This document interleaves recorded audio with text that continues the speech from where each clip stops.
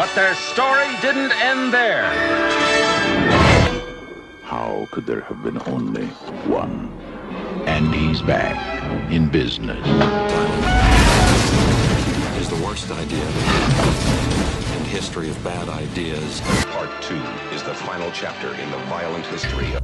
This time, it's personal.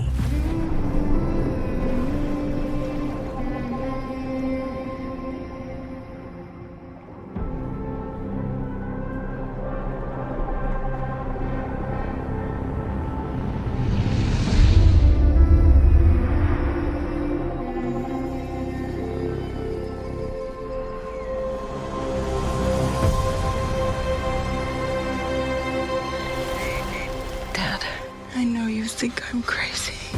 Not mind those big rocks. But I feel her.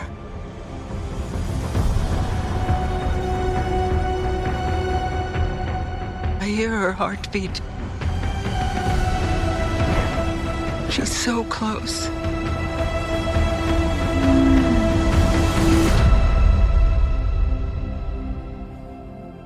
So what does her heartbeat sound like?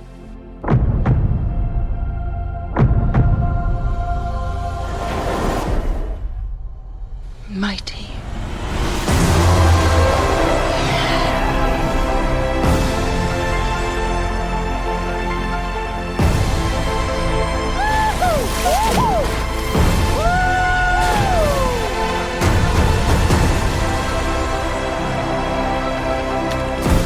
We cannot let you bring your war here.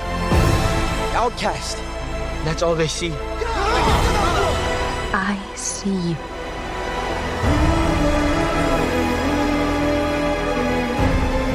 The way of water connects all things. Before your birth and after your death. This is our home! I need you with me. And I need you to be strong.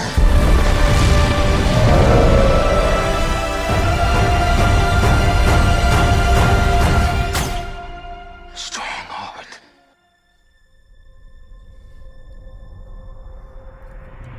Oh, shoot. All kinds of problems tonight, huh? You don't know what fucking show this is. It's funny because it's just like 2 buttons, so I screwed up that. It's not even hard. Like, there's one that says opening intro, one that says Halloween ends, And then you I clicked on clicked both, yeah. wrong one, and then it just repeated. Out of Oh, curiosity, boy. you just clicked on the Halloween one? You're just like, I don't know. It's like I guess I clicked on between the lines. Ah, okay. and That's a nice whatever. saying. Clicked between the lines. If you like water, then you're going to like the movie we're talking about this week. The highly anticipated follow-up to 2009's Avatar, the highest grossing movie of all time, thanks to like a million re-releases. We're talking Avatar, The Way of Water. Welcome to Revenge of Sequel, the podcast just about sequel. It's funny because about multi-sequels. It's funny because normally we have this, I write this long, prolonged, if you like, and I list things from the movie. There's so much in this movie that I think it's mostly just it's you know you really just boil it down to To water. My name's Manuel. Hey, it's Andrew. What's up? It's John. And we have a guest. Oh shit! Sorry. I also hold on. I was almost just gonna jump in, but I didn't want to presume. Oh. God, what a good, clean intro. Yeah, this is awesome, man. So Brent, welcome to the pod. Thanks for having me. It's been so long. Yeah.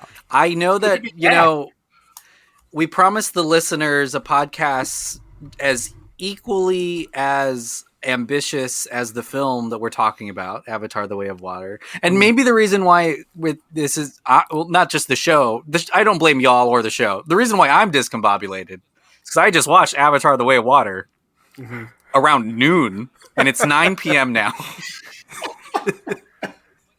But it's good. Like, I was fully immersed. I toweled off when I got home, and now we're potting. I mean, this is maybe the biggest sequel we've done. I can't think of like one of the most anticipated sequels we've done on Revenge of the Sequel, probably, right? Like, well, I don't know. I guess the jury's out, but I feel like it doesn't get any bigger and more sequely than this. The biggest movie of all time, Avatar. You guys excited? Yeah, I mean, you raised the stakes a lot just now. I'm like thinking, which I didn't prepare. I didn't look up anything. Maybe I should have, because I mean, there's going to be some real like Pandora hounds out there that are like, they're going back. I can't wait to hear my favorite fellas talking Jim Cameron's new adventure. Well, you did a James Cameron season of your podcast, Director Showdown plug. And you talked about Avatar a little bit, right? We did. Yeah, John, were you on that one? Who was on that one? I think no, it wasn't me. I did y'all's Aliens podcast with James Cameron. Right. Yeah. Did I do that? No. You guys were both switched. There was some sort of weird, like, I forgot what. Oh yeah, Delphin was on that one too, I think. Yeah. The Aliens one, right? Yeah. Yeah, I forgot who was on Avatar, but yeah, we did cover Avatar. So I think watching it for that podcast was my most recent viewing, which I want to say was like, I don't know, like a year and a half ago now. But it was a fun rewatch, and it had been a while before then that I watched the first one, and it reminded me like, oh yeah, this is a really enjoyable movie. Like, separating yourself from that like initial like theater going like 3D IMAX extravaganza that I experienced when I was like, I don't know, 19 years old at this point. And you kind of like separate yourself from that. Like, it's still a pretty solid movie, a really good time. Nobody does action like James Cameron, I think, which we'll talk probably on this in depth too, I'm sure. So yeah, I forgot what prompted me talking about that. Oh, you were asking about the James Cameron season. I found it. You did it with Brian Menard, so neither of us was on that. So that's just okay, yeah. Well, I took a wild guess because you've been on a bunch of times. So plus, we just talk about Avatar a lot. But Drew, what did you think about Avatar when you first saw it? Back in 2009. Didn't we all watch it together? Yeah, we all watched it together. Yeah. So me, John, and Emmanuel went down to the Palladium IMAX in San Antonio, Texas, and we watched it on the biggest screen we could that was closest to us in 3D. I think it was even an early screening maybe at the moment, or maybe it was one of the first screenings. But yeah, I remember there was a lot of hype going into it, so I really wanted to see what the director of Terminator 2 and Aliens had in store for us. And I remember thinking, like, there's no way that he could get any bigger than those other movies that he's already done, Titanic and stuff like that. And then he, sure enough, we saw it, and I was kind of shocked at what I had seen. I think it's one of those things where I think the experience was so wild that anytime I saw it after that, since it didn't really match that hype of that first event of like the 3D and the biggest screen, I watch it on like a laptop on my cell phone while I'm taking a shit, It's like our go-to place to watch movies. It sounds like that's it. Well, I take long. Maybe we poop a lot. Yeah, I need more fiber in my diet. But if you have time to watch Avatar, Drew, that's a problem. Yeah. I know my legs are asleep. Like when I get up, just like fall straight to the ground. I'm only able to watch half a TikTok. Yeah, because it's just shotgun blast, like buckshot out your ass, super quick. I just get one big log. But yeah, it just falls out because of how loose you are. You don't even need to push.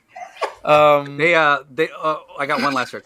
They actually use that sound in Avatar: The Way of Water. If you listen closely, when the whale splashes, that's a little Foley from my toilet. Yeah. Boy. But yeah, so it never really matched up. Like I remember being done. I was still around. I don't know what grade in high school, whatever.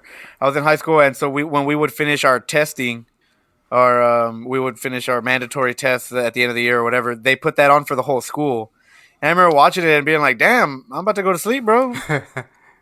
And I remember seeing on how cookie cutter the story was, kind of a little bit more at the time. But again, it never really matched up to that first time I saw it.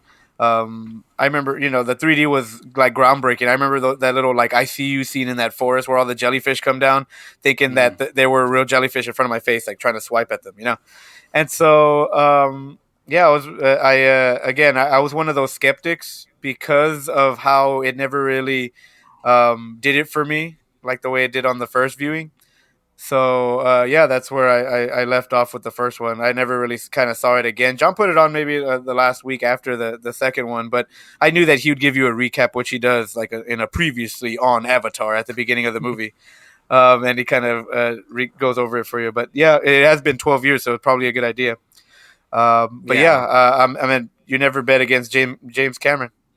Yeah, super immersive at the time, incredibly unique, like nothing people have ever seen before. And the word of mouth on that thing was wild. And this was before the old Twitter. So you actually were like talking about it. I bet it was on like CNN News or something. They're like breaking news, blue aliens. John, we saw like a little preview screening of Avatar. How do you like? I know that I get what Drew's saying. Like it's almost as if movies caught up to what Avatar was at the time. Like it felt like a movie that should have been released in 2019, and here we are in 2022. So it just doesn't feel as groundbreaking as it did at the time. But how did you feel about Avatar when you first saw it? The first one? You're talking about that one? Yeah, I think I echo what Drew feels, or what Drew felt. It was kind of like again, the experience. I think it was the first time I saw 3D done really right. Like everything before that was kind of done, it was kind of gimmicky and stuff like that.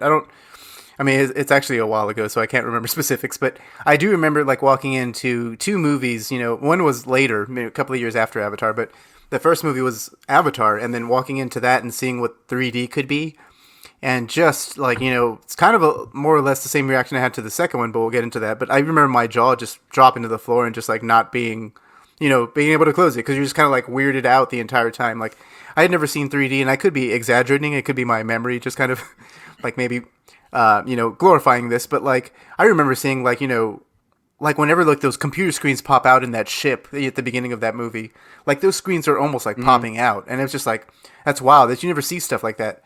And even like you haven't seen stuff like that since, in that, and even like you're right. We just kind of remember about 3D whenever Avatars come out. Yeah, exactly. And after Prometheus was after the other. Avatar came out, it was Prometheus was the other. It was a big ass gimmick. Yeah, it was still a gimmick. It went back to gimmicky stuff, but I think Prometheus was the other movie that hit 3D. Like whoa. Like that one was also a very like whoa 3D movie, but yeah, like Drew's right. Like a lot of 3D stuff, it comes off as gimmicky.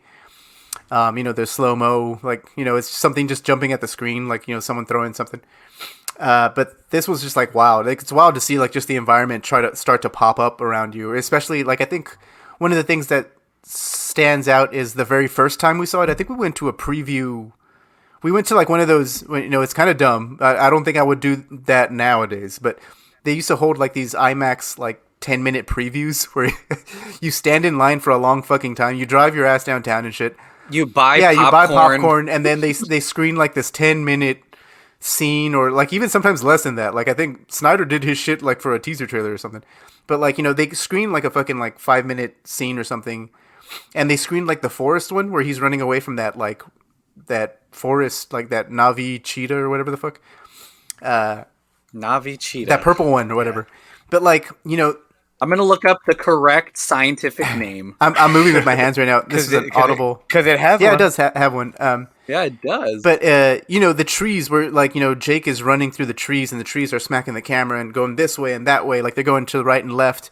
I remember being, like at that point I was on board with whatever Cameron had in store. And then watching the movie was great. It's one of those, it's like what you just said. Like we can't seem to remember 3D experiences other than Avatar movies. Cause even like, we're going to gush about the second one here, but like that first one was just mind blowingly crazy. I haven't seen it a whole lot of times since then. I think I remember, maybe I want to say like maybe once or twice since then, not recently. Like at least not all the way through, but James Cameron, he killed it, and he continues to kill it. So Yeah, for sure. I mean, it's 13 years ago. Avatar holds up pretty well. And I think I rewatch Avatar at least once a year, even though it's not necessarily, a cinematic experience every time I watch it. Cause like Drew said, I'm on the toilet, watching it in 5-minute bursts. But it is kind of still really, really impressive to watch, even though I'm sure like, we look back and talk about the story and we talk about some of the metaphors as being, maybe perceived differently now, but at least it looks really amazing still. And I mean, the action is great. And what James Cameron was trying to do is still, really, really impressive and still like still a standard bearer for blockbusters. I mean, even as recently as like a couple years ago, it took Endgame years and years before another thing got close to it being as widely viewed around the world as Avatar. And who knows, maybe we'll be talking about Avatar for the next 10 years. Well, let's dive in. Water joke. Brent, what did you think of Avatar, The Way of Water? I keep wanting to call it Avatar 2, but it's not. It's Avatar, The Way of the Water. No numbers. It's not a sequel. It's a new... Just a new baby, medium. I love your way of water. Of water. Of water. I thought it was really good. I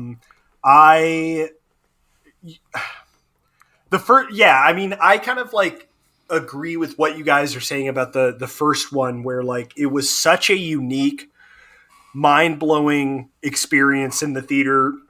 I've been doing like top 10 lists, like going back to 08, 09. So like that was one of the first years I did. And I think it was like number 1 or 2 for the year, like on my top 8 or top 10, whatever it was at the time.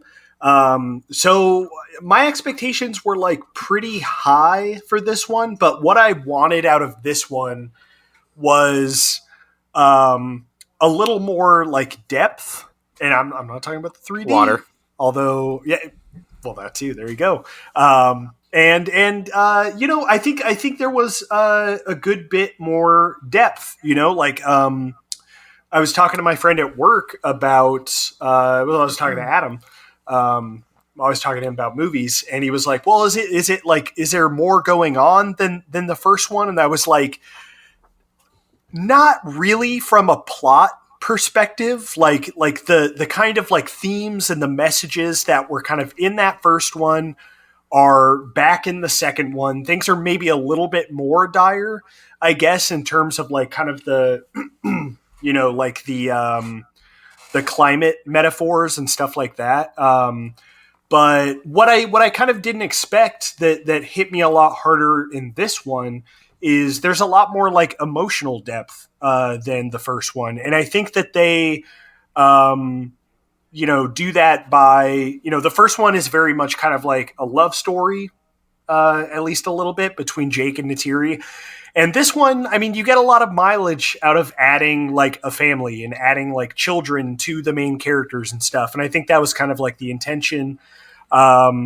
And we'll talk spoilers, I'm sure, but it's like just kind of like where things go with those kids. I think, it's always a little bit dangerous to add like, not even just like multiple kids, but even just one kid to like a sequel can be like a dangerous, ruinous decision sometimes, like for some sequels, depending on like casting, writing, all sorts of stuff. But I think it's actually, Cameron really threaded that needle well. And I think like, pretty much all the kids are good. The writing, I think, is pretty solid for all of them. And I'm like losing my voice. I don't know why. But, you're about to cry. Yeah, I'm yeah. All the memories are flooding back like the way of water. Yeah. But no, I think that it was as good as I hoped it would be, and I don't think I was like blown away by it. But I don't know if that was a realistic possibility after already like that kind of that threshold has been crossed with the first movie. You know what I mean? Your cherry's popped. Jim popped all of our cherries, and now we're back for seconds. Oh, this is 13 dangerous. years later, older, more cynical, wiser, more seasoned. The technology. Listen, we're going to talk about high frame rate stuff. I have kind of mixed thoughts on its implementation and execution in the movie. Mostly positive, I think, but I want to see it again to like fully gather my thoughts. But yeah, I mean the visual effects, the 3D, incredible, really great like movie going experience. Yeah, I think it's safe to say that he did it. I think he nailed what he was trying to do. Nice. Drew, what did you think of Avatar: Way of Water? The Way of Water. So I was real skeptic because of how. I'm not gonna say it's not rewatchable, but at how disappointed I was with the rewatchability of the first one. I was like, this one's not gonna do it, and like whatever. Like it was kind of like a fluke, or it was a one time thing, and then I don't think he's had very many misses. So I think this is no different. I think I thought it was really good. We saw it at a press screening, so I think we saw it with the right crowd too, which are people who do this for jobs. And there was a guy who was geeking out in front of us about other movies and how excited he was to watch this one. So it's nice to see that people still remember, especially because of how much money it made. That was my first fear with this one, where how many people are still going to care. But yeah, the numbers are looking good for this one. So far, so good. So it looks like it's going to be the movie of the holiday season. But yeah, it was really, really awesome. I think it's like what Brent said. I was rewatching the first one, and I think the love story kind of moves along very quickly in the first one, for the sake of obviously you want to move the plot along, and you need to start fighting with the big bad and stuff like that. So yeah, in this one, it adds a lot of emotional depth, where it is a lot of the same plot from the first one. It's even the same villain. They don't even kind of explain it to you. They're just like, hey, he's here, he's back. Like we have copies of him. That's why I thought it was funny. Somehow Quaritch return. Yeah. What? Oh no, Emmanuel froze. It's gone. Anyway, we're just gonna keep going. I'm sure it sounded good to the audience. Yes, Emmanuel, you were right. Whatever you said. Anyway, so yeah, and it's funny because even in the first one, they're there to fight the Na'vi because they want unobtainium, and it's underneath their tree, right? Based on where their community's at or whatever.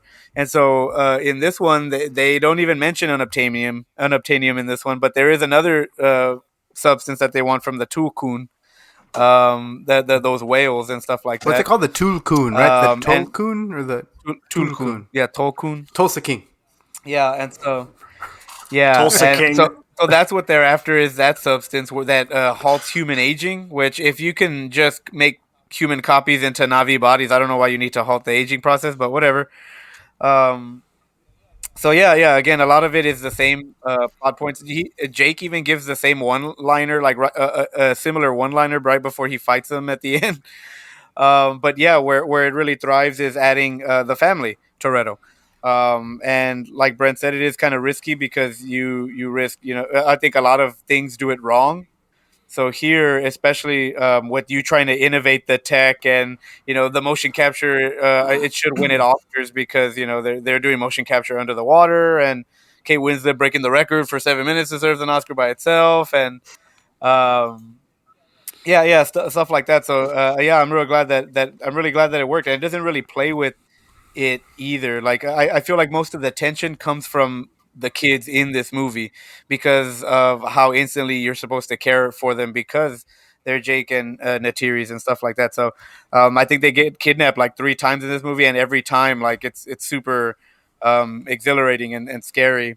And it's the same thing with adding these kind of other animals in there with the tulkun, where they're kind of like pets, but not really, because they're like sentient and they're bonded to you forever and stuff like that. I think they even kill one of the flying ones, or one of the sea flying ones. I forgot what those are called. I don't know if Emmanuel had those on deck at the ready. Yeah. But yeah, so it's I think a lot of emotional depth comes from that too, with an animal rights kind of like metaphor where it's like stop whale hunting, or like, man, the way of water and all the animals that live in this water, and et cetera, et cetera. Ever since Avatar, ever since Titanic, he's just been obsessed with water. He even has a Titanic sequence at the end of this. Eventually, it becomes his greatest hits, which is awesome because it's James Cameron. So like, man, all his movies are bangers. Like, I see bits of Alien in here. I see bits of Titanic. I see bits of Terminator. I've seen bits a lot of his works in here. So it was very exciting, and I'm glad everyone likes it as much as I did. Yeah, for sure. I like your point about him kind of pulling in parts obviously the big Titanic sequence, but everything that he does in his movies is in this one movie.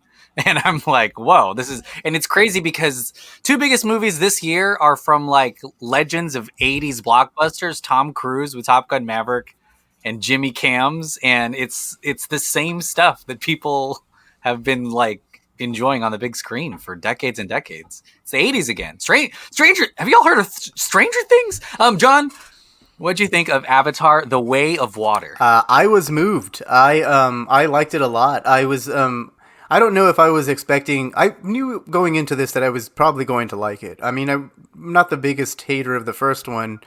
It's kind of like, I did love the theatrical experience and stuff, but I haven't seen it a whole lot since. But walking in, this one just kind of like, whoa. Like, I think it's just the experience of being back in I don't know, it's probably lots of feelings, being back in a James Cameron movie again, just watching it and seeing it, knowing that this is one of his flicks is wild in itself. Seeing everything that he created, it's wild to think that all these, we're obviously gushing on and on about these visuals, but it's insane to think that like none of that's real. It's all like motion capture and shit. Like, it's just that CG so real that it looks more real than real shit does. It's wild to know that, to think of that. And and then the movie, the story, I did like the story. I love the fact that it was kind of like a family affair and kind of something that you couldn't really. I mean, it's mostly like kind of just vignettes of living for a while, like there in the middle. But like I like that it was that. Like, you couldn't really bring. I guess what am I trying to say? Like, I guess you can't really classify it as easily as you could like the plot of the first movie. I guess like it's kind of hard to spoil. I guess if that's what that makes any sense. Mm-hmm. Yeah. So and it's hard to spoil because there's so much shit that happens. It's not like you can't spoil it because it's a long experience. So it's one of those things that you just have to kind of recommend people to go do. But yeah, everything about this, I'm kind of running out of things to say only because I'm trying to grasp something that I want to talk about, but there's just a lot of it. But as far as what I felt walking out of there, I mean, I couldn't wait to see it again. I still can't. It's, it was very, how immersive it is and how at least the first time you see it, how crazy, how strongly it pulls you into its narrative is. I wasn't expecting that. I wasn't expecting to be wooed by a bunch of stuff, and I wasn't expecting to come away with a favorite character, played by Sigourney Weaver. I mean, it's just wild. I mean, not that playing a teen. Exactly, playing a teen. It's just like it's insane. But yes, I loved it. I can't wait to watch it some more, and I can't wait to talk specifics here in a sec. Yeah, look, I just watched it a couple hours ago. I think that you're right. It's incredibly bold as a movie, but it's not something that should be, I guess, surprising from James Cameron. I mean, even when we talk about, of course, the impressive tech, but the high frame rate, like he is, and he's going to force you to watch to the thing that he wants you to watch. And the movie being kind of really new still was the most impressive thing for me, because I understood the assignment to expand the world of Avatar and Pandora. So we figure we're going to see more. We know about water and how much, more water creatures, things underwater. And he was still able to do it. And I was like, okay, like if someone told you that, oh, I'm going to do something you've never seen before. It's going to be insane and super immersive. And you're going to watch it in 3D, even though you haven't seen a 3D movie in a decade. I'm going to do high frame rate, even though you've never seen it probably, because nobody watched Gemini Man. Like he's like he's putting out this thing that he just like is just sure that you're going to want to watch. I think that, I loved how complicated everything is, more so than anything else. I mean, we talk about them having kids, but 2 of the kids are adopted. One of the kids is the son of the villain, and the other one, we don't know where she came from, but she'll have a seizure and might die if she attaches to Awa. And I was just like, okay, like this is not going to be a regular family, but it's also, I think there's a lot of really familiar things in the movie. Like since the introduction that they brought, I forgot the guy's name, the Colonel back, and he's hunting Scully. You kind of already know that there's going to be a showdown. You're like, okay, like you knew that was going to happen. And she's like, we're being hunted. You knew things were teed up, and a lot of things you're like, okay, I know, I've seen True Lies, or I know how some of this is super familiar.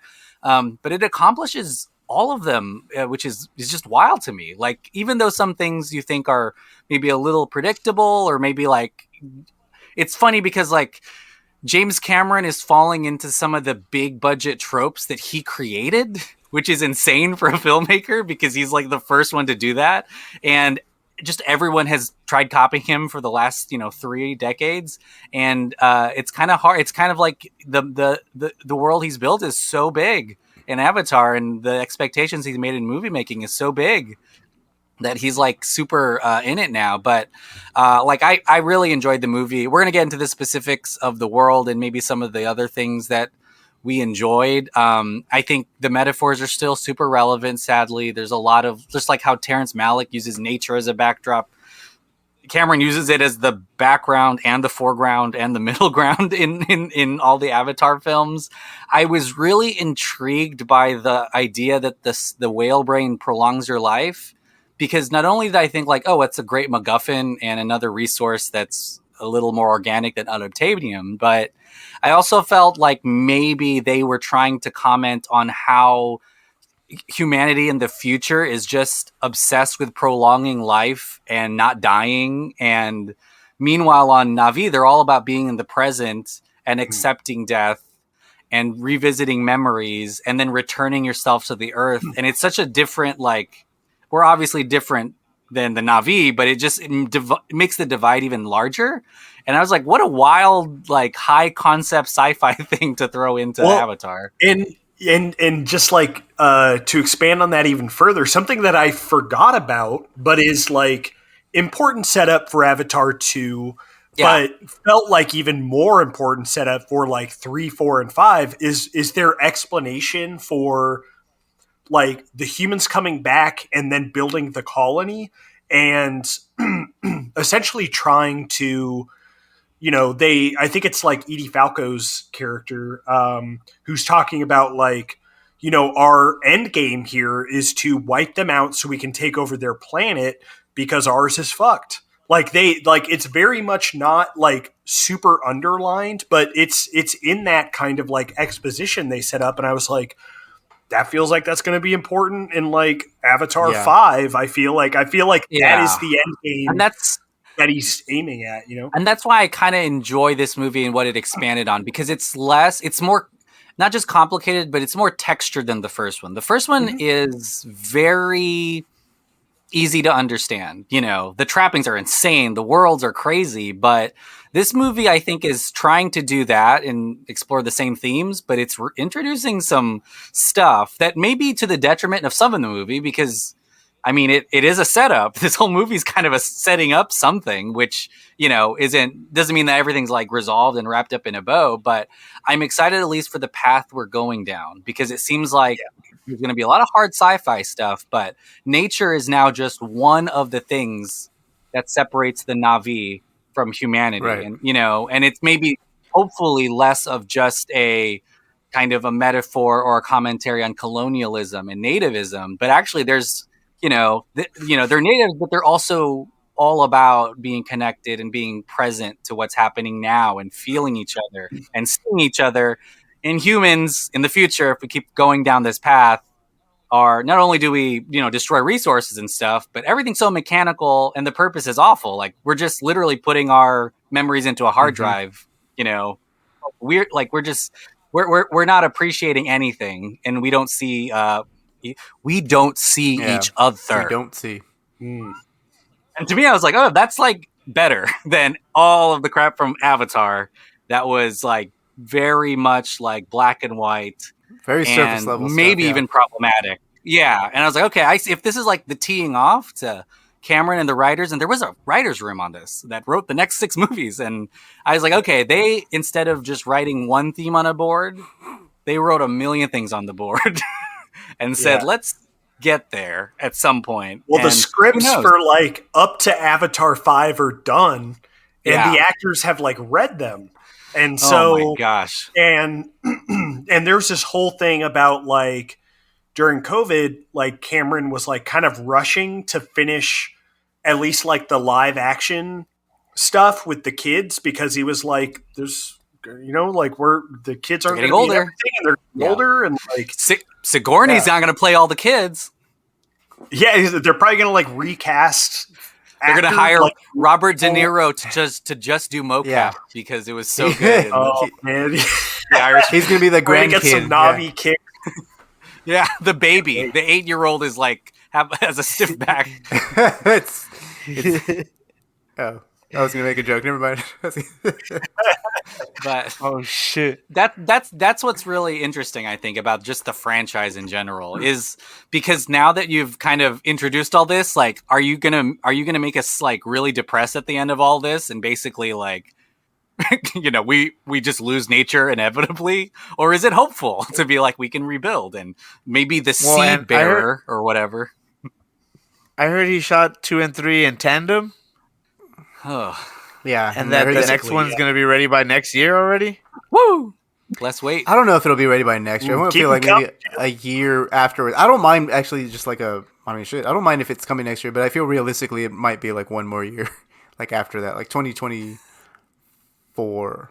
I think. I mean, I thought they announced every 2 years. There's like another until one. the end of time. We'll get another Avatar movie. I mean, the assumption is that's while the checks are still clearing. Yeah. And eventually they're like, okay, I think guys. 3 is guaranteed. He says like 3 is guaranteed, and if it's not making money, he said they pull the plug on 3, because 3 they said it's designed. Its ending is designed as an actual ending if need be. So like that's. I mean, cool. where did the Na'vi go? They come to Earth and they start terraforming Earth. Just reverse, just go full. He 180? did say that. He said that one of the scripts takes place on Earth. So I'm just like, whoa, like wow. I wonder what that's like. Yeah, I want to see. I'd love to see Earth in like the Avatar universe, or like. I'm very intrigued about how Na'vi would get there, because it's like an 8-year journey, unless they do some wild like AWA like connect to the soul of the universe shit and like tap into, or I don't know, some That'd shit be wild. like that. That'd be wild. They tap into Earth like that. Tap into Earth. Yeah, and the tree grows and all the Na'vi like rain down like little flowers. You get like Earth Na'vi. They just start growing like. Get me in the writer's room, there you Jim. go, yeah. Let's go. Oh man, All he'll right, probably number 8. honestly just like break the fourth wall or something, and he's in the theater watching it with you and telling you to like recycle your soda can when you leave or something. But let's talk about this family. There's so much in this movie it's just that we can't really talk about it all. Because when I say talk about the family, technically every creature and living thing is part of Awa, who is our mother Gaia. But there's Natium, who is the oldest son, Tuk, who is the middle boy, and then Lok. Sorry, I messed that up. Lok, and then Tuk, who is like the 8-year-old child, and then the two adopted kids in the family. Spider, who is an abandoned child of the main villain in the entire show, who's also a human, not a Na'vi, so unable to have the physical, I guess, capabilities. He can't connect with his hair, even though he's got good hair. And then there's Kiri, who is played by Sigourney Weaver, who's the teenage daughter of the Avatar that Sigourney Weaver's character used to inhabit, but then he got pregnant. That was a very easier way of like explaining that. But yes, you've got that all. Yeah, it's also Avatar, yeah. It's an immaculate. She's also Jesus, right? It's an immaculate conception. Nobody really knows. where Yeah, she it hasn't been hinted. I mean, at the end of the Go for first, it. yeah, at the end of the first movie, they're like trying to Put her put her mind consciousness. into the avatar. Yeah, or I thought they were trying to like get the mind of the tree to save the tree, to do something like that, and then it didn't work. But so she's like comatose, and in her coma, she's like grown this interesting kind of like Sigourney Weaver baby child. Which when they set that up in this movie, and they're like, and Jake's doing his voiceover, and he's like, "Yeah, these 3 kids are ours. We got this one human kid." I was like, "Okay, all right, okay, that's kind of cool." And then they're like, and then you remember Sigourney Weaver? Well, in a coma, she gave birth. We don't really know what's going on there, but that's our other kid. Moving on. And I was like, Jim, hold on. I have questions. Yeah, it's Brent, very odd. You're so old. You love the 1950s nuclear family and not the modern family. This is what modern families look like, Brent. You adopt a different species child, and also one from a friend of yours. You get a buff dreadlock boy. Yeah. And then you get a buff dreadlock. Yeah, like an immaculate buff dreadlock boy. Sigourney Weaver kind of like baby. Yeah. I think true. These kids were honestly one of the better parts of the movie for me. Although I will say that, Neytiri kind of gets, pushed aside a little bit in this one, but the dynamics between the kids and the way they protect each other and the way that they support each other and the way that we're talking spoilers and stuff, the way that the oldest son, sacrifices himself, and they all have such an interesting like story to tell and point of view because they are so different.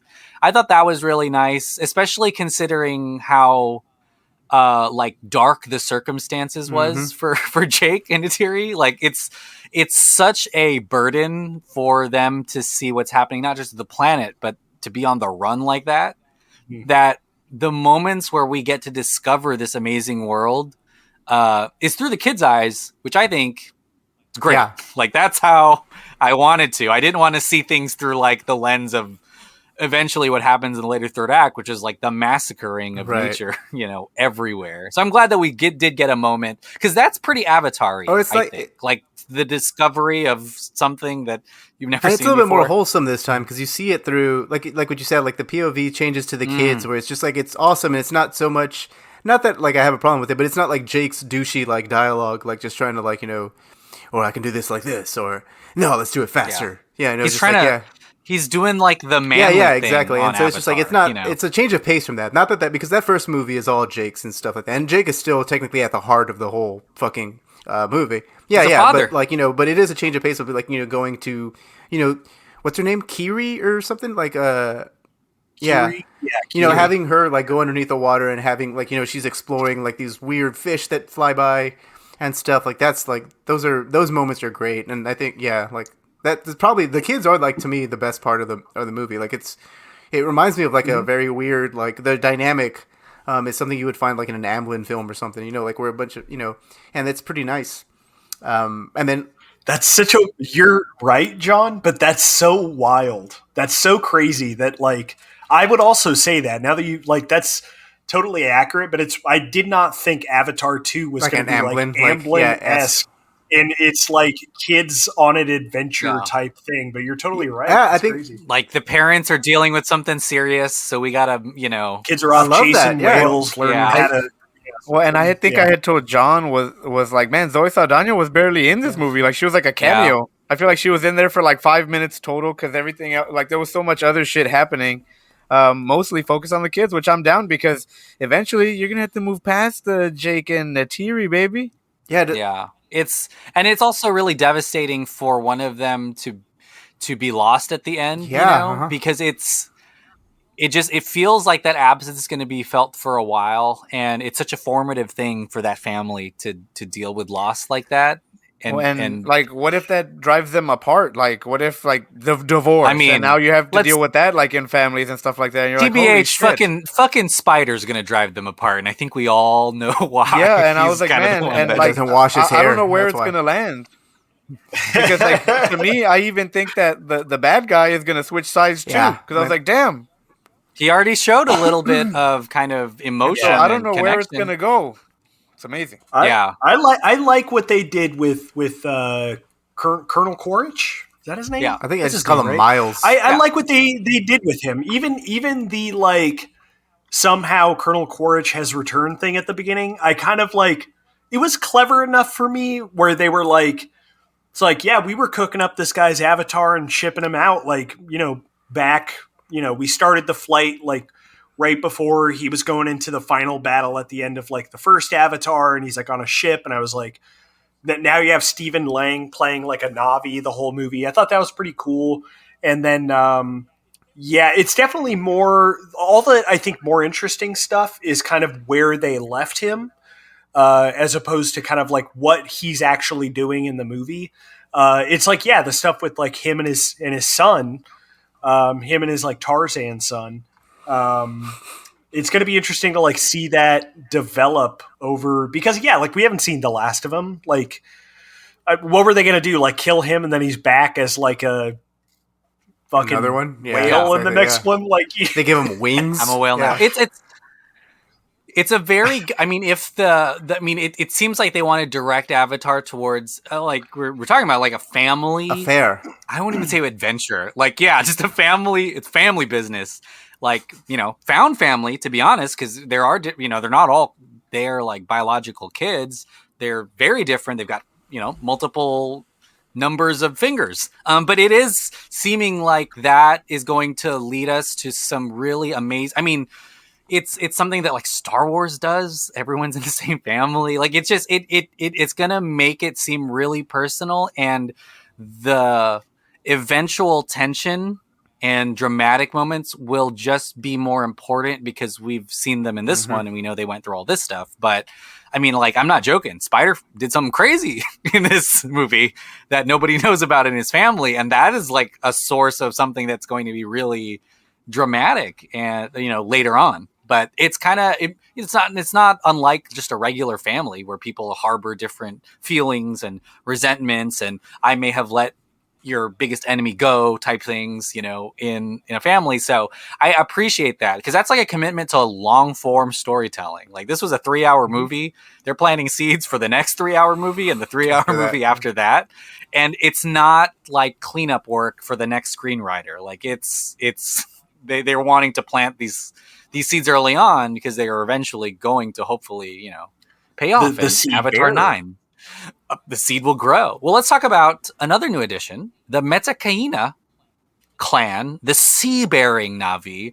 Ronal, who is played by Kate Winslet, who is the pregnant chieftress, Tanawari, who's the chieftain captain, and then Rhea, their daughter, who I really shows the our main family everything about water. She shows them the way of water, basically.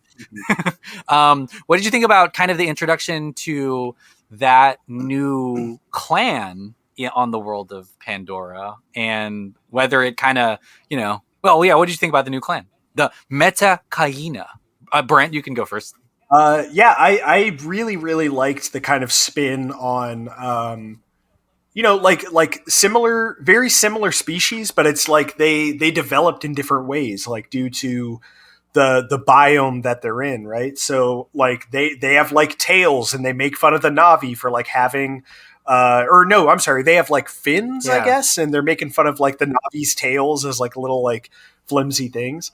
But yeah, I think like really well acted. Also, like I think Winslet and God, who plays the Cliff Curtis. Cliff Curtis. Yeah. I didn't know that when I was watching the movie, and I was like, whoever's playing this chieftain is like really killing it. But Winslet is too. And I just think it's like a fun new kind of like area to kind of play in on Pandora, and especially like when they get into the second act or second whole hour basically of the movie, which is I think like easily, I liked all of it, the whole movie, but like I think easily my favorite chunk because it's like the just vibes section. Yeah. Where like the plot is like James is like, fucking tuck that plot away. We're just gonna fucking hang out for an hour. We designed a million different fish. Yeah, just pull out all the whales, all the fish. Get those papyrus whale subtitles on screen. Let's get people feeling sad about these whales. It's so good. It's so good, and like the relationships between the kids is really getting developed there.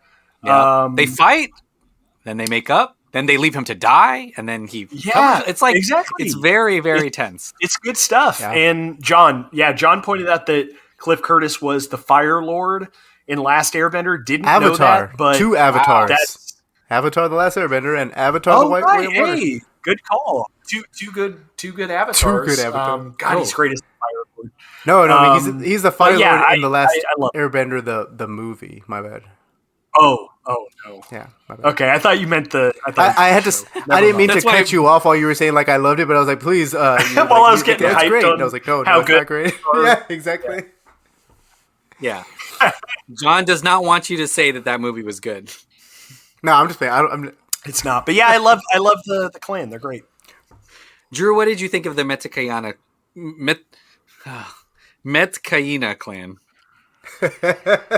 I thought they were cool. I thought it was really, really awesome. It's funny because we had Black Panther, Wakanda Forever come out earlier this year, and I thought that they were going to step into the same tropes that those people of the water in that movie, because it's kind of been the same since Aquaman and Namor first came out in the comics, and Atlantis this, Hidden City that, oh my god, we have to rule the surface world, etc., etc.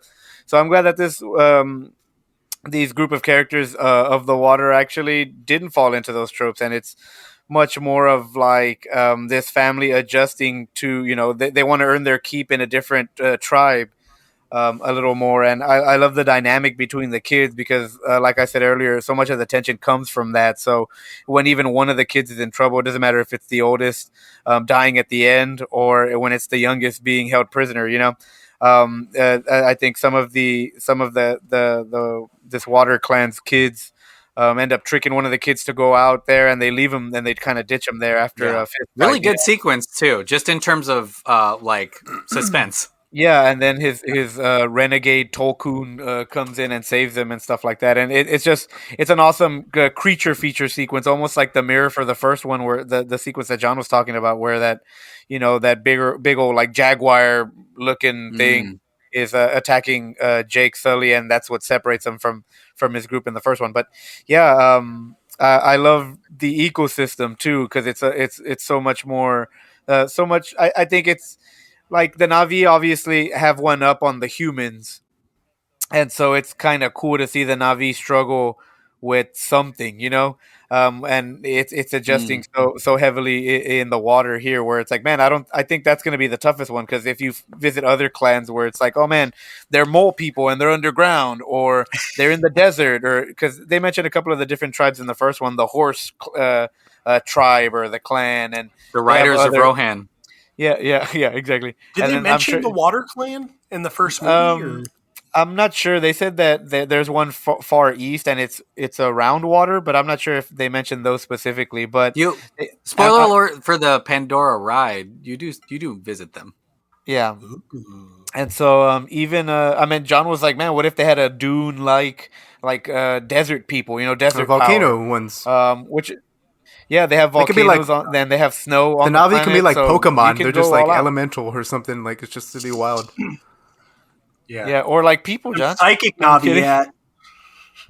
Yeah, and so I think it's really, really cool that these type of characters are done right and utilized well, and it's not for the sake of, again, just a gimmick.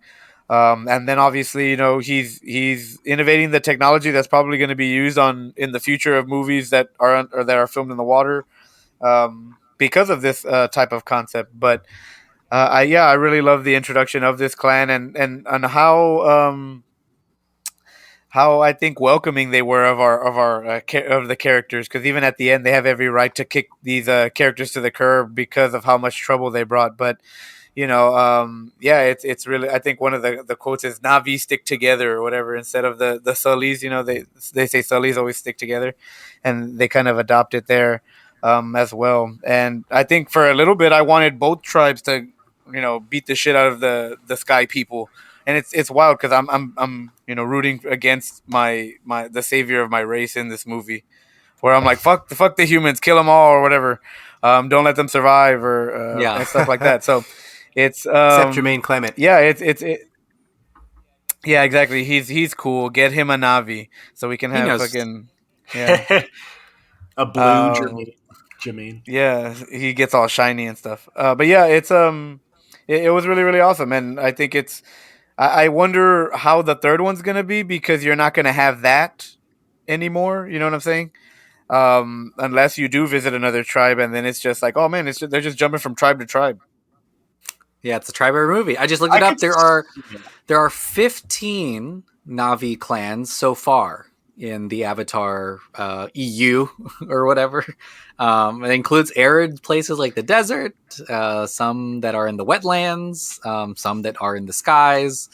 Definitely the horse Na'vi on the plains. So there's quite a few Na'vi, and I can't wait for the portal scene. They also name their where they on your left them. They also name their species of horse. That's cool. We have that in common for sure. Well, and those are just like the Dothraki, the horse people. Yeah.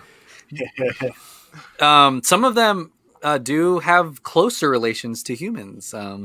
John, what did you think of the Metkaina? I mean, I think it's and the whole. I guess my question is, what did you think of water? I mean, that's when the movie kicked into high gear. I mean, I think we were kind of on the forest. We were in the forest for a while.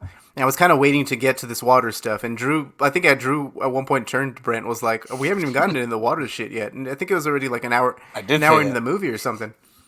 So like, discovering the new Na'vi clan and stuff like that, I like that concept. Like, I don't know if we'll get, I don't know if I'm it's not that I'm hoping we don't get that. I'm kind of secretly wanting it, but I don't know if we'll get like the different tribes of every biome, which would be really cool if every Na'vi was just different, but I doubt they're going to be that different. I don't see like as cool as I said it earlier, as cool as it would be like seeing a Na'vi swim through lava, I don't think we're going to get some sort of weird we're not gonna. That's pretty fucking sick, John. I don't think we're gonna get some sort of weird lizard. Their bones were carbon fiber or something. Yeah, like we're not gonna get weird lizard Na'vi, which would be really cool, but I don't know. But seeing that, like, and then the design of those characters in action is just really cool. Like how different but very similar they look to the forest ones is really cool. Like I like the big eyes. The big eyes are really cool, and they're very expressive. So it almost seems like every character. Yeah. To me.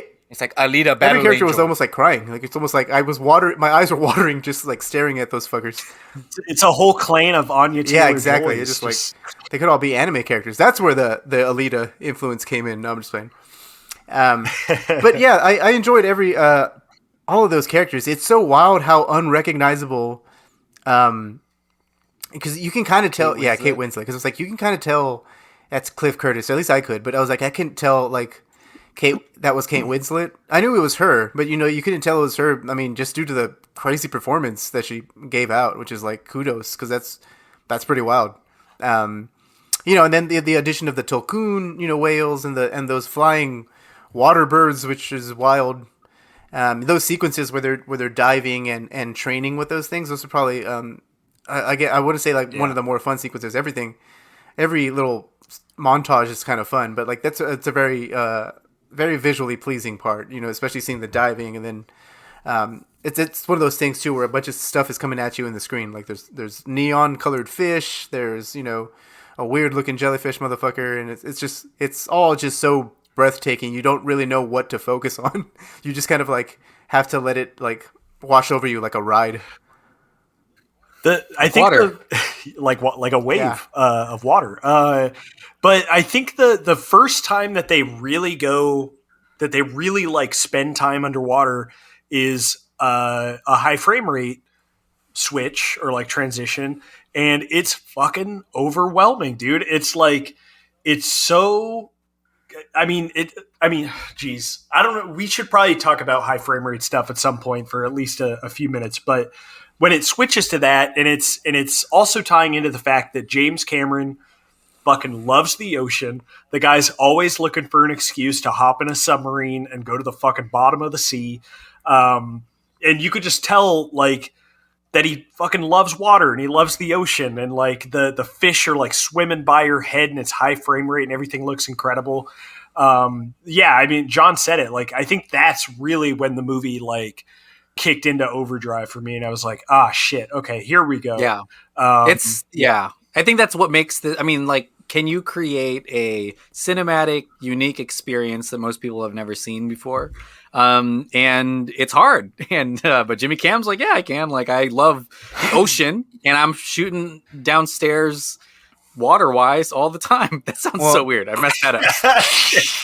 Well, and I think downstairs Jimmy Cams. I think that's the only reason why I didn't have too much of a problem with the change in frame rate, was because he utilizes it on sequences like that, knowing that it's almost like overload, or like it's like a super crazy tense action sequence where everything's moving so quickly, and so he adds it just so that it feels more frantic. John and John and Brent are right. Yeah, during that underwater sequence is one of those sequences where I was like, it was almost like I wanted to cry because of how crazy it was. Yeah. I think, and I was just in complete awe. Yeah, like I couldn't believe it. This is, I think, how next level this movie is kind of, you know, in shot progression, since like Hitchcock did it, it's what makes something cinematic, right? Like in a Hitchcock movie, he'll shoot in mediums and wides the whole movie until he wants you to notice something, then he'll zoom, like it's the first close up of the whole damn fucking movie, you know. Jimmy Cam is doing that, I think, with frame rate, where he's like, okay, I'll leave the parts that I want you to feel like a movie at the frame rate that you're comfortable with.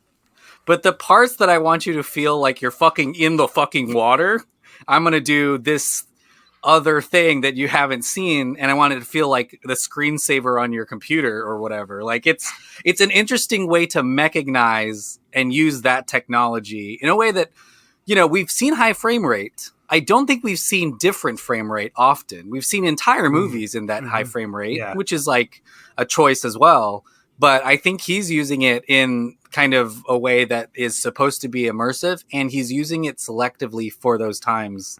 Basically, leaving it on for the last act of the movie. You know, like it's a pretty interesting thing, because it's like it's a technology not a lot of people are comfortable with, you know, and it's kind of like George Lucas shooting the last two sequels in digital when no one else is doing it. I'm not sure if at some point we're going to see like an indie movie where a guy's like, well, maybe I want this to be super surreal, and I'll bump it up to 240 frames a second. It's a street luge, because he saw Jimmy Cam do it. A street luge, like if we start to see people utilizing frame rate in movies just like no one else has done. Someone's like taking drugs, and as soon as they take the drugs, like everything's in a higher frame rate, and hardcore. It's like nobody knew this was no one knew this was a rule you could do. No one knew this was something you could do. You know, like as a filmmaker, you're like selective, targeted change of frame rates. Yeah, I think honestly, and again, I want to see it again just to fully be able to like. Oh, I don't. Yeah, that's the problem. Separate. That's the big problem with this technology. When we are on our toilets on our phone, do we notice it, or do we have to be watching 3D IMAX? You know. Right. Yeah. I mean, that's a good point too. It's because my only issue with it was that sometimes, and this is very much my experience and my perspective because I play a lot of video games. I like follow gaming and stuff. But I totally get it. Yeah. There are like a number of times watching it where I was like, for me, the high frame rate is making this look like a cut video game cinematic, and a cuts. And listen, the best video game cinematic that I've ever seen in my fucking life. It's great, but it doesn't look like a movie anymore, because like our brains are like movies equal 24 frames a second, and when you're going at those higher frame rates, then it's starting to be like, oh, your brain knows this is a video game, so that's what you think this is right now. So it's just a thing of like through repetition and like, you know, as more things do this, that'll change. But that's at least some of the movie was like that for me. I had John. the exact same. I don't know if I thought. To me, I mean, the video game thing makes more sense than what I was about to say. Actually, I was just thinking that like for me, there was this one sequence I wasn't really minding it. I did think it was kind of jarring there on the third act because it kept switching. You know, you get scenes where it's 24 frames and then you immediately pop out to a scene where like one of those like weird birdfish thingies like stabs someone and takes them underwater, and then it switches again to a very human part with like, you know, the kids, and it's 24. And I think at one point it was just the frame rate thing went on too long, like maybe just a second too long, where I was like, this looks like I'm fast forwarding a movie, or like you're hitting the, like, you know, it felt me at the time, but I think it's only because there was just one specific like shot that may have went on a little too long, and then I think at that point I was like, okay, this is a little jarring. Not that I wouldn't appreciate it again, maybe, or not that I wouldn't appreciate it again. I don't know what I'm trying to say there. I guess like I would have to get used to it, but I did want to follow this up by saying like get used to it by watching another screening of it and see if it, like, you know, if I have more or less the same reaction, or be like, or no, I get it. But I mean, you guys have seen the Hobbit movies. And you had said Gemini Man. Can you notice that shit on the home video release, or do you more notice it in IMAX 3D, like the higher frame rate jumps? I don't think I've ever seen a high frame rate like movie before. I think this is kind of my first time. I think, and it gets down res to 24 if it's on a DVD. Like it's not. Okay. It is an IMAX. It's a theater an IMAX thing. Yeah, like if it's on TV, it'll have to be 29, you know, frames. So it's hard to see it not in theaters. Okay. Well, and to me, I'm okay with it happening because it opens up discussions like this, because it's for the future filmmakers. They can, it done right, it can be a tool utilized in their repertoire of whatever, you know. I think that because he opens up the can of worms here. It's fine, but I also don't mind the video game comparisons because of how immersive the movie is. And video games are way more immersive, I think, than movies, because you play as those characters and things like that. So that's why I don't mind the video game comparison, because some of the video game like shit that I can play on my PS5 right now looks better than most, you know, fucking Netflix movies where, you know, you put on this shit that you can tell it's filmed in the volume or some shit or whatever. And the volume is the same thing, where it's a piece of technology that was innovated for gaming, the Unreal Engine. Yeah. And so I think so much of that, like, I don't mind that industry leaking into this if it gives us more tools to utilize in the future that can innovate it. I get it. Yeah. And that's a good point. I just want to say, like, that's a good point, Drew, because it's like, it's literally not even really a complaint. It's just like, I don't... A difference. Yeah, it's something new and something different that I literally just don't even have the experience seeing it enough to, like, determine, because I think it's all done well, but it's just like, it's so new that literally, like, I think I'd say probably most people watching the movie, people's brains are like, I don't know how to accept this. This is different than anything I've seen. So it's wild because of that frame rate. It gave me one of the most unforgettable explosion scenes in movies that I've ever seen. I think there's a slow motion explosion where it's like, you know, one of the helicopters is crashing or whatever, and it's in that high frame rate. And I remember seeing it, and, like, you know, some of the most notorious explosion scenes I basically have seen in movies is like Terminator 2 and stuff like that, and he did it again in here, where I was like, holy crap, like, just being in, again, complete awe as if it was that underwater part of the movie. It was wild. Yeah, I think it amplified my experience, like that frame rate. It's going to be a debate whether or not it's, like, well adapted. It's why IMAX had to upgrade a ton of their theaters, because they just couldn't even show something like this, you know? So I just appreciate how it adds to this being such a theatrical experience, a unique theatrical experience. I do agree. Like, I think when you said video game cutscene, I think that I noticed that more in the forest than I did in the water. Once we were in the water, I was like, cool, like, same. We're in it. Same But it is weird. But everything about, man, I feel like that's something really interesting about Cameron is, like, everything in film is arbitrary in a way. You know, the rules are super arbitrary. 24 frames per second was just a thing because producers didn't want to pay for more than that when they first started making films.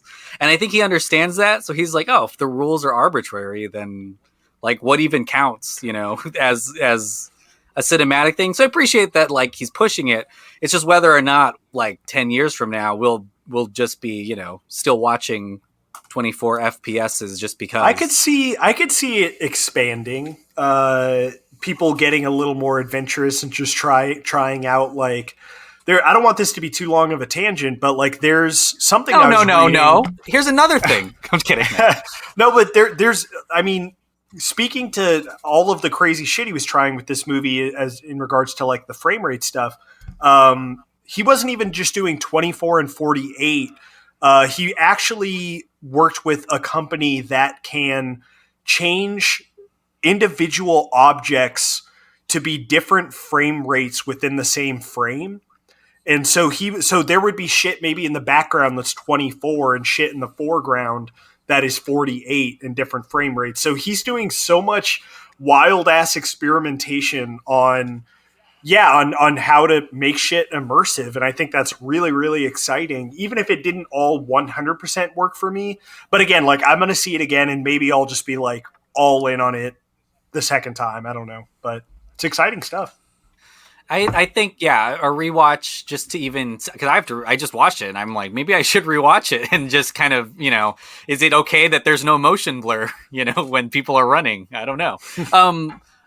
Before that though, the other thing I liked about that, the clan in the water, is the fact that it's sort of like quasi inspired from like Polynesian cultures on Earth now. Like there's lore attached to the creatures of the ocean. They tell stories through the tattoos. They have, kind of this appreciation for using, the ocean and making tools for specific uses. And I don't know if that's like super problematic. I'm not like an expert in that, but I appreciated that kind of followed what the original Avatar did, whether or not it was clunky and not perfect. And I don't know if it's all made up, but I don't know what's exploitation and stuff. Yeah. But I appreciated that this, because when you're making a movie, it could be literally anything. But I appreciated that even though this is all fake, it sort of was inspired from like real beliefs and real cultures. And maybe that's kind of one of the things that makes Avatar unique, is because it is sort of a story about nativism and like the crush of colonialism like we see in this movie. Because of that, it feels a little more important than just here's a race of creatures, they all have snouts, and it's all like made up stuff. So there's like there's moments in this where it's like devastating, and it's like when they're hunting the whale, or when they're destroying the villages around the islands. Like it's very like it's incredibly moving, as apart from the family, just what the RDA in their return is doing to the planet. And now we don't even know the scope or the size. We just know Edie Falco's out there not impressed by whatever you do. She's drinking her coffee, using her robot to drink her coffee. Well, what do you think about kind of the RDA? And I mean, part of me was like, oh shit, they came back. And I was like, oh man, that super sucks. It feels like everything from the first one wasn't worth it, But what do you think about the RDA and kind of their place in destroying Pandora? I think that's to go back to what I was saying about that kind of small moment. You're pro RDA, right? I am pro RDA. I run their Twitter. No, but I think it goes back to, again, that thing that they kind of set up pretty early on about like why they're back, and they're setting up these bigger stakes of like, we fucked our planet. Like in the future, like where Avatar takes place, like our planet's pretty fucked, and we're trying to find a new one, and like Pandora would be pretty great for it. So like, I think that is going to be probably the macro plot for like Avatar 2 through 5, I bet. But again, like the same with the new Water Tribe. I think seeing like the way that it's not like the massive bulldozers and stuff like that tearing up trees now. It's like, yeah, it's like whale hunting and stuff like that, kind of like parallels to like, killing dolphins, hunting dolphins and stuff like that, and whales for their resources. So yeah, seeing how they kind of like flesh that out to keep with the theme and also keep it like relevant for audiences is pretty cool. Drew, John, how do y'all like the RDA? I guess, and yeah, I don't like them. John? Wow. Stand up, Drew. I thought I was a little confused on the. I'm still confused. I'm assuming this is just going to be like answered in a future movie. I was just confused on the reason, or I guess the forgetting of the unobtainium or whatever the fuck. What's it called? Right? Unobtainium from the first one. Unobtainium. Yeah. I was just wondering why they weren't coming back for that, because it seems like that was actually helping the planet as opposed to. Yeah. I mean, it was exploiting Pandora to help Earth, but like this other thing is just kind of like to make humans, age slower or something. I don't know. I was just very. I was confused on why it just seems, there's obviously like a 10, 15 year gap or whatever between the first movie, or maybe like a 12-year gap, like the way it is in real life. They're good for the story that's being told. I mean, they make great bad guys. Everything is over the top when it comes to Lang's character. Like, everyone's like, they're saying the meanest shit, the coldest shit. This guy looks like he like showers in cold water, but like gets out and just like has a mean face about it. Never fucking, they make great bad guys, I guess. I mean, he looks like a guy from a James Cameron movie. He does. Absolutely. The fucking guy in the Hawaiian shirt, the Australian guy. Well, I was like, you look straight out of a ocean diving James Cameron documentary, that guy. Yeah. I mean, the over military, I mean, we already know what the metaphor is for them. I think in like the expanded lore, I'm sure they're destroying every part of Pandora, because we did. I mean, hey guys, we destroyed every part of our Earth just fine. Like I think they're still trying to get the unobtainium. It's just like Cameron's not over there now; he's over here. Like I think that's still happening, but. Yeah. And I think it's cool because in the first one, it's all about like, oh my God, they're going to kill Pandora. And this one's a much more personal, like he world builds in this one. He creates character lore and he gets you to care about everybody. We dive deep into that, their relationships.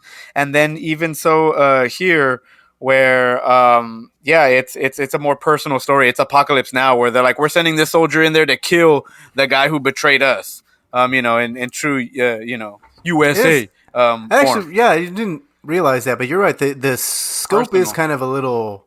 It's still a giant scope. I'm not saying the scope is small, but like the scope is a little bit smaller and more personal than the first one. I mean, the first one had an all-out, like literal, like Na'vi and human war, like all out between each other, and this one kind of just has like a fight sequence on a boat, with just a few like people. It's a smart move. Yeah, it's pretty good. With their kids, because not only the main family, but Spider is the son of our main antagonist. Yeah. So it's an emotional ending that also has like a giant a giant action piece. And there's there's stuff set up for the future. Like, all that stuff is gonna come back around too. So.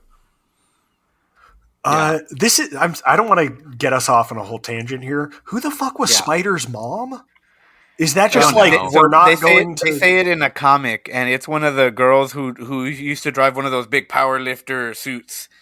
Okay, all right, I could see that. Okay, I just didn't know. I was just like, I didn't think about that. I was like, that's what this lore is built for. Is for expanded universe comics. Give me a video game in this bitch, so where I'm fighting for unobtainium while this colonel. They're making an open world game, right? I think. Yeah, they're making it. I think Ubisoft is, or somebody is. Somebody's making it. Let me pick my own clan or tribe that I can join, or can I make my own, or whatever, Let me swim with whales. Let's do it. I guess any other big things? There's like a couple. I mean, there's so many big things. I don't know if we want to talk about. I don't know if we want to talk about whales for 30 minutes because also like that was wild. But what other big things do you want to talk about? Because we're not going to get to all of them, I think. The finale, the like action climax.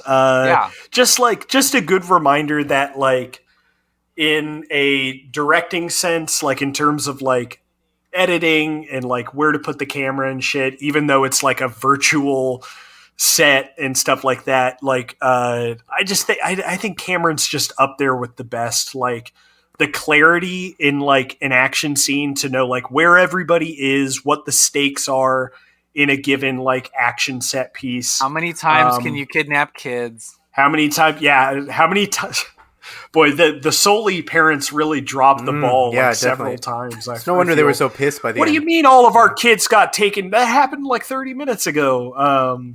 Yeah, but it's a pretty great, I think, like action climax with like a pretty like devastating, pretty devastating consequences there at the end too. So yeah, I think that there is, we've been talking about how personal this movie is and all that stuff, but I appreciate that it's kind of like a 2-part finale because you've got, the giant nature takes its course, thing with our rogue whale, and something else playing on my screen. Sorry, but like we have that, and then after the death of their oldest kid, it becomes something else, and we get like that showdown. And I don't know if you remember the way like Spider sees Neytiri and what Neytiri does to Spider. Like that's all like an emotional finale that is honestly scary. Because now they're angry, and killing people. And I like appreciated how brutal some of that was. I mean, not just talking about deaths and violence, but it was there's a brutality to that finale. But then there was also like a giant, fun, evil Free Willy type of Free Willy's revenge. So I was like, cool. We got a little bit of each, and at least one that's a lot. I would say like a lot more personal and scarier and like vengeful than the first Avatar movie. Yeah, I think the Colonel Quaritch kind of turn where he what does he do? He lets Neytiri go to free Spider. I was like, okay, that's okay. We're getting into like some more complex kind of like character stuff now. And this movie kind of only flirts with that stuff a little bit, but again, it made me excited for like what I think he's probably going to do in 3, 4, 5, 6, 7, 8, 9, 10. Like, like how that character is going to change. Like, I don't know. It's like I could see a Terminator 2 thing happening where it's like, it was revolutionary at the time, but he's like, oh, you remember that really scary villain in the first one? Like the reason it's called the Terminator? Yeah, he's a fucking good guy now. He's good now. He's going to kick ass. And it's like, is that going to happen in the next one? I don't know. We'll see. That's pretty bold. I mean, killing Sully off and then having like that Colonel like be the, I don't know, that'd be a super wild and be like, whoa, shit. Well, it'd be crazy. Yeah. That Colonel taught him everything he knew. Yeah. Yeah. And that, I think like the boldness to have that be a loose end for maybe even a while is kind of insane. Because we're not talking like he's good in Avatar 3. It could be like an Avatar 6 when he comes back when this some sort of mastermind secret that nobody knows. Like he fucking plugs into Aoi and then like he makes it bad or something. I don't know. Like he can fucking corrupt that shit. Ooh, that's too. Some sort of wild shit. That is a really cool, like, more. I mean, we're just complicating Avatar, which is nice. Like, it's just getting really complicated. I will say that because it needs. I do want to comment before we move on from this, but I was like, I do want to comment on that last action sequence where you between the Colonel and Neytiri, I think, him releasing so that Spider can live. It was pretty crazy. Like I did not expect that. That's legit. Like when it happened, I was like, "Whoa, this is just like shit just got real here." Like fucking hell. Him being a Na'vi made him more family oriented than when he was ever. I think it's like that's what Drew's saying. Like he's learning. Like each time he plugs, I mean, he flies his shit. He flies that flying shit. I don't know. I'm just calling it shit. That flying bird. Like he plugs into it to fly. So it's like he's probably like getting in tune with the stuff. He's getting updates. He's getting AWA updates. He's starting to bond with everything. Bonding with everything. Think of how like hardcore, what a cool like sci-fi premise that just is his character alone. The fact that like, oh, I've got the memories and thoughts of this other guy, but am I even that Yeah, guy? that skull scene, am I yeah. even as angry as that guy? Like, Yeah, 'cause when he I'm not. crushes his own that's just skull, like- I was like, that's this shit cool, is so yeah. cool. Is he Yeah. only that way because everyone, he's told to, but it's a really Yeah. cool loose end again that's out there that See, will. If anything, I just be- wanted more of that, and I was so excited to see that explored. And I was like, okay, they're kicking that down the path a little bit, And but that's I can't wait. Yeah, That's an interesting thing because that's, unlike Avatar, this movie is a continuation and there's many more coming. So all that stuff, I think, still felt like a classic long form storytelling, serialized thing or episodic thing that we'll see if that continues. Like maybe it's just constant, loose ends for a while, or the seed bearer planting his seeds in the third movie. Any other big, ew, Drew, don't make that face. It's perfectly fine to spread my seed. What any other big things you want to talk about? My mind's going. just that I think, yeah. Oh no, I was just gonna say the Kiri thing. I think is kind of, aside from Quaritch and that being left open ended, I think is kind of the most interesting thing happening in terms of like the big, all the characters, like the world of Avatar, the kind of like bigger things happening. I think that is really interesting. How like she can't even plug in because she'll like have a seizure. She's obviously like this. She's a superhero. Yeah, she's like this like holy trinity of like Awa, basically their deity. So I don't know if we're gonna get, like, I was joking with you, Delphin, but I don't even know if it's a joke. Like I think Avatar 4 or 5, we're gonna be getting some like, it's right there in her name, like some fucking Akira level, like insane powers on display. Maybe not, but I don't know. I think they're setting up some really wild shit with her. So yeah. That's it's an interesting thing because it's a beloved character from the first one who died, the second character who died who comes back, because also the Colonel does, like, and there's so many questions about her and what her deal is, and I don't even know if it's like a precedent, like I don't know if the Na'vi have like there's a deity that will come back in child form, or if they're just like, we don't know what the fuck this is. Because there's also like the mom of the ocean tribe, the pregnant leader, chieftress. She kind of notices it a little, like she kind of notices that she's different from the rest of the kids. I don't know if you clock that in the movie, but she's like, staring at she holes can like breathe underwater, and she's like super tapped into like every so there may living be something. Because I know that she's also like the healer of the so maybe she's a little more, maybe she does know something that about it. But I noticed that and I was like, oh, she never tells her exactly what's going on, but she will in a future movie. They've got like a baby Buddha hanging out with them. Can you imagine if like baby Jesus was like fucking just chilling in your house? Fucking wild. Voiced by Sigourney Weaver and was blue and 6 feet tall. Did she actually do the mocap Yeah, she too did. and Yeah, stuff? Or she not? did, Yeah, totally. And she did the voice too, like no modulation. She like she. That voice You're like was very obviously her voice. Yeah.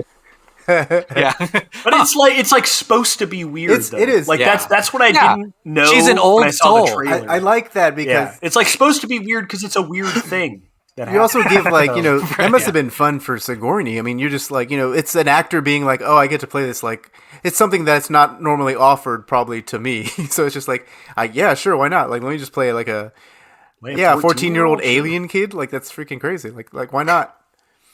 So that's pretty awesome. Yeah. She was probably the best. To me, she was my favorite character in the movie. I mean, she was like, it was pretty wild and how super intriguing. Yeah, I think just the mystery around her, but also like the way Sigourney Weaver. I'm a Sigourney Weaver stan. I mean, one of my favorite movies is Alien. So it's just like I think the celebrity I would be most starstruck in my life. Sigourney Weaver, probably. Yeah, definitely. Yeah. I think we talked about that before. I was like, I think when it comes to like starstruck, I was like, and then you said Sigourney Weaver, and I was like, oh yeah, definitely. I think all of us would like. There's no one.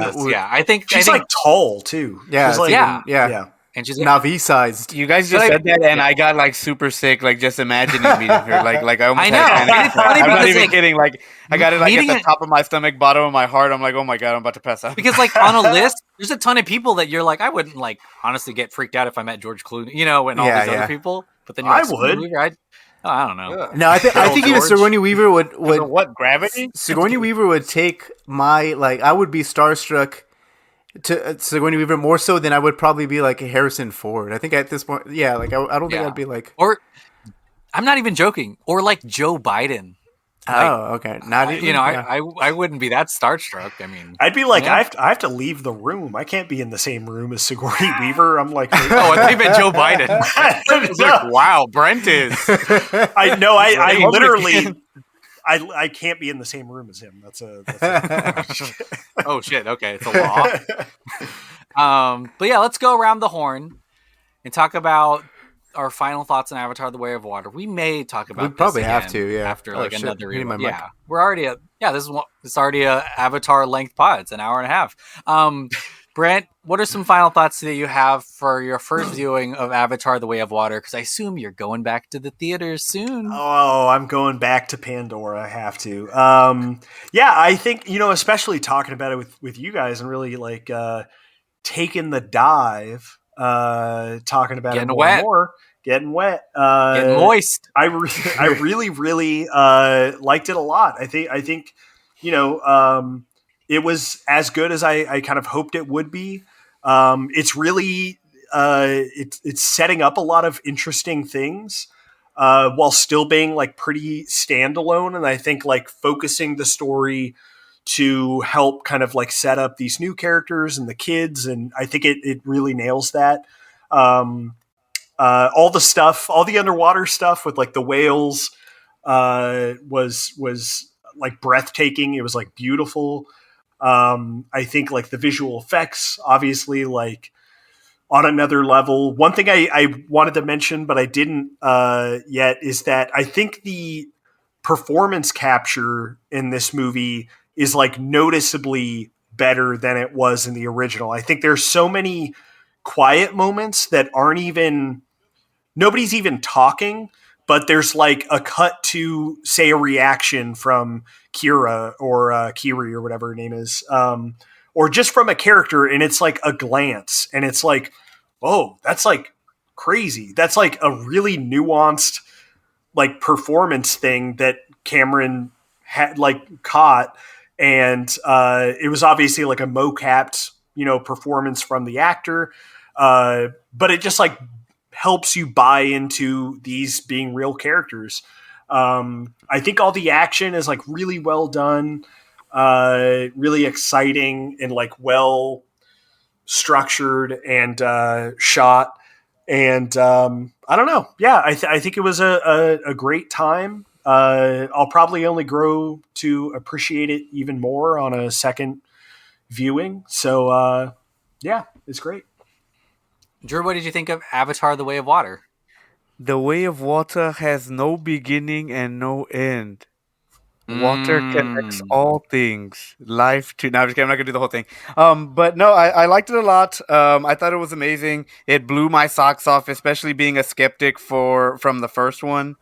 I think that I'm super happy for the cast, because I think that you don't see these actors, I think, work as often in the mainstream as you think you do, whether it's Worthington or Lang or even the dude from Dodgeball or the other guy from Inception, where it's like, damn.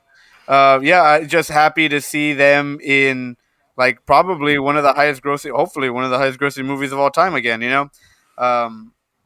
and I think it's the prettiest looking movie ever. Damn. That's it. Yeah. I'm just kidding. No Yeah, for sure. qualifiers. And then it's pretty wild that almost nothing is real in his frames, yet it looks realer than most practical effects that you see. It's literally like proof that anything that you can imagine, you can put on film. It's pretty wild. I think it's one of those things where I didn't see potential with the franchise. I thought the first one was awesome, and like that was a cool one and done. Like maybe he's gonna do another project, follow something else. I didn't see the potential of this as a franchise before this one, and now I'll buy multiple tickets to every movie that follows. Does that make sense? I know that it's if all of them maintain this quality and he keeps innovating the tech and pushing the envelope like the way he always does. I don't know why it's such a big surprise to me. I think we have the potential to see one of the best movie franchises ever, and an original, not based off of some other IP. Obviously you see a lot of inspiration that he gets from one, like the way Emmanuel said, himself. Here doing his greatest hits on his movies, but also the Apocalypse Now thing, and that I think at one point I was like, holy shit, me and Brent turned to each other, I was like, it's the bigger fish thing from fucking Star Wars, like that's wild. And he's got Titanic and Star Wars in the same like sequence, or he had the Jaws shot where it starts to go up.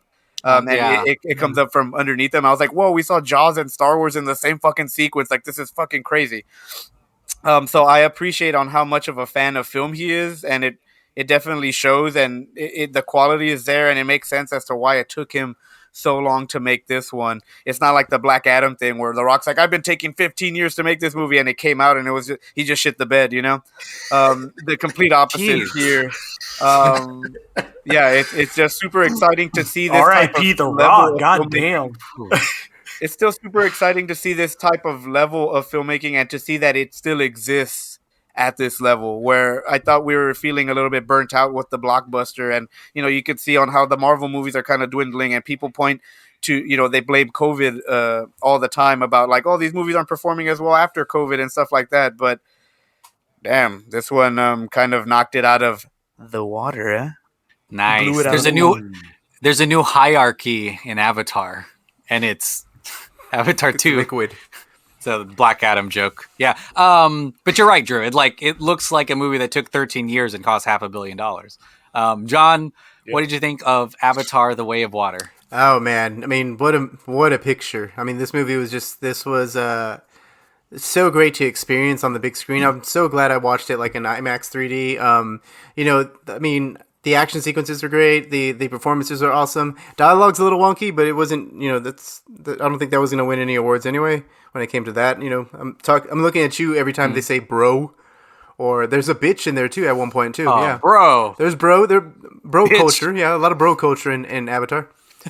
Or on the beaches of Pandora. More like surfer culture. What's up, bro? Culture, yeah. Surfer bros. Yeah, I guess they're surfer bros. And then at one point, like, he calls someone a bitch right before he punches them. He's like, "It's called a punch, bitch," and then like whacks him. And I think at that point, I turned to Brent and I was like, "He said bitch and bro." It was like in the same scene. It was pretty awesome. Anyway, I mean, those are just like little fun things, I guess. Yeah, the movie was amazing. It's wild to think that I don't know. It's wild to think that this one kind of had the same impact on me like the first one did, maybe even more so, because I think I connected to the story a little more this time around. But James Cameron, I mean, top of the filmmaker food chain, top of the box office filmmaker food chain, I guess you could say, or just, I mean, this is filmmaking at the highest budget level. Maybe not at the highest level. Highest frame rate and at the highest like budget level. Like in terms of scope, this is like blockbuster. This is as big as it gets when it comes to blockbuster filmmaking, and it's what a way to experience it. I guess it's wild. So yeah, I'm on board with more. I've always been on board with more Cameron stuff, but I'm definitely on board with more Avatar from here on out. Yeah. And honestly, kind of a huge question mark for me. Am I on board for more Avatar? Yeah. Is it because your ass was but you're right. numb at the end of it? Yeah. And not from the movie, am I right? Oh, shit. Yeah, it's from sitting there for 3 fucking hours. But this movie definitely is, I mean, like, feels like a value at twice the price. Like, on the most basic level, if you go to the theaters, you want to get your money's worth. This movie feels like you get more than that, which is really, really impressive nowadays. And I feel like there's something that, much like the Andor show that we talked about, like there's something really complete about this, but you expect no less from James Cameron. It's not like, surface level imagination. It's like level 3 and level 4 and all inspired from real life. So, the whale does this because of that. And, that thing was created a long time ago and that evolved from this other thing. And I think that's like that, whatever that is, whether it's neurosis or not, that, or like obsessiveness makes the Avatar movies always super special. And regardless, I think, of how much you try to dissect it in your mind, this is like maybe, I think, I don't want to like equate this to some like social rebellion or something, but this is maybe the biggest way that like nature conservatism lessons are told in our world. Does that make sense? Like, people are not going to watch a documentary, but everyone's going to watch Avatar and they're going to feel a little bad for the rainforest going away. And this is going to be the closest that Cameron gets to espouting the most important thing to him, which is like conserving our oceans and stuff. And he's about to like a billion people are about to get that lesson, whether they like to or even think they got it or not, which I think is like important, for him, and also really impressive that you're able to do that. Even if it's like just surface level stuff and not necessarily the deep dives that like we go on. But I feel the sequely stuff in the movie too, the stuff, the seeds that are planted, which are great. And, hopefully we don't wait 13 years for the next one, but you definitely see where some of this stuff is headed and it's really exciting. And we really just leave the family off in like a space for safety a little bit.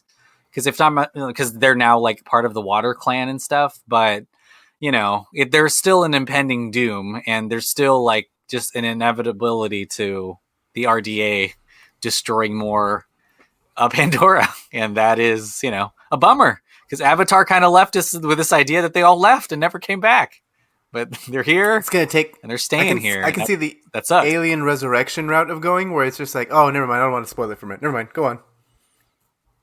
Well, okay. Yeah, my bad. I yeah, but I mean, that's it. Like, still super impressive. One of maybe the best cinematic experiences I've had in a while, at least in terms of uniqueness and maybe in scale. And, the audience was loving it. I went in the afternoon on a Monday and the theater was basically sold out. So I think it's going to be one of those high impact movies, just like the first one. And again, like, he's doing something that's really important to him, which is, secretly make people care about the ocean. Well, let's go around the horn and dive again into the plugs. Brent, what do you have to plug? The only thing really I got right now is the Delphin Pod Patreon. Go check that out if you haven't or aren't subscribed. There's a lot of really awesome stuff. There's a new podcast that we started called Screen Slush, where we talk all the kind of new things we're watching, as well as if we checked out any old stuff recently, which I've been on like a real like old movie kick, so that'll be a fun upcoming episode. Yeah, Brent texted me about the Maltese Falcon. And I was like, "Damn, Brent!" Yeah, I've really been getting into. Are you in a nursing home? I am. That's where I'm living now. Watching a lot of Turner Classics, TCMs. Hello, I'm George Clooney's uncle. I tried to Mankiewicz, right? It's Mankiewicz's like grandson who's like hosting all the shit. He gets the Citizen Kane residuals. Yeah, exactly. Lord knows TCM ain't paying him much. But yeah, weird burn on Kid Mankiewicz. Check out the Delphin Pod Patreon. Lots of cool stuff. Award season is really going to be kicking into overdrive soon. So we're going to talk kind of, the big movies of the year, big award shows, predictions, things like that. So check it out. That's true. We'll probably be talking about Avatar there, TBH. True. If we're talking Oscars, that's sweet Oscar gold. Drew, what do you have to plug? I'm trying to plug these 19 minutes so that we can make this podcast 2 hours long in honor of Avatar: The Way of Water, the 4-hour-long epic. If you're watching Avatar: The Way of Water along with this pod, you just met a new character. Yeah, exactly. They just got into the water right now. I know. For the first time. Check out the Countdown Strikes Back, where we talk all things Star Wars. The Bad Batch is starting next month, so get ready. It's coming up faster than you think. And then we got a whole bunch of awesome stuff that we're going to do, like High Republic Phase 2, which we found out ends in early January. Soon. Then we're gonna go on with the Acolyte and Mandalorian, and it's gonna start popping off Star Wars. Everything Star Wars. I'm sure the new games are gonna get released, both that Battle Royale one for the Switch and also Jedi Survivor. So it's gonna be real exciting. And then check out everything on the Dirt Sheet Radio for all your professional wrestling needs with John in the streets and Juicy J in the sheets. Juicy, get wet. John, what do you have to plug? I'm going to plug Countdown to Infinity. There's probably at some point some more Marvel stuff coming out. I think the show is on regardless of Marvel stuff coming out. But that's some fun time. We're trying to counter program Fox News, John. We're on 24/7. Okay, cool, awesome. Marvel. That's Fox News got some competition because that's a Tucker Carlson's on Countdown at 10. One of these shows. One of these networks is actually funny. I'll let you decide that yourself. Yeah. Oh, you're burning our pod, you sicko. I didn't say how funny or like what kind of humor. Anyway, but yeah, check out Countdown to Infinity. That's pretty great. It's also winter in Texas. What? What? Drip your faucets. Winterize your pipes and shit, and then wear a mask. Just in case. Just so you don't get anybody sick. Yeah. So that's about it. Listen to all those great shows. We're all gonna hop in our cars and drive down to SeaWorld, San Antonio, and we're gonna jump in that pool with Tillicum, and we're gonna try to recreate the amazing sequence in Way of Water where they're like going out to meet their whale friends. They're like showing their babies to the whales and dancing with the whales. We're gonna do that with Tillicum. I'm gonna snatch up his brain. I'm trying to live forever. I'm going to go in his mouth and put my hair in his tongue. Bye, everyone. Get wet.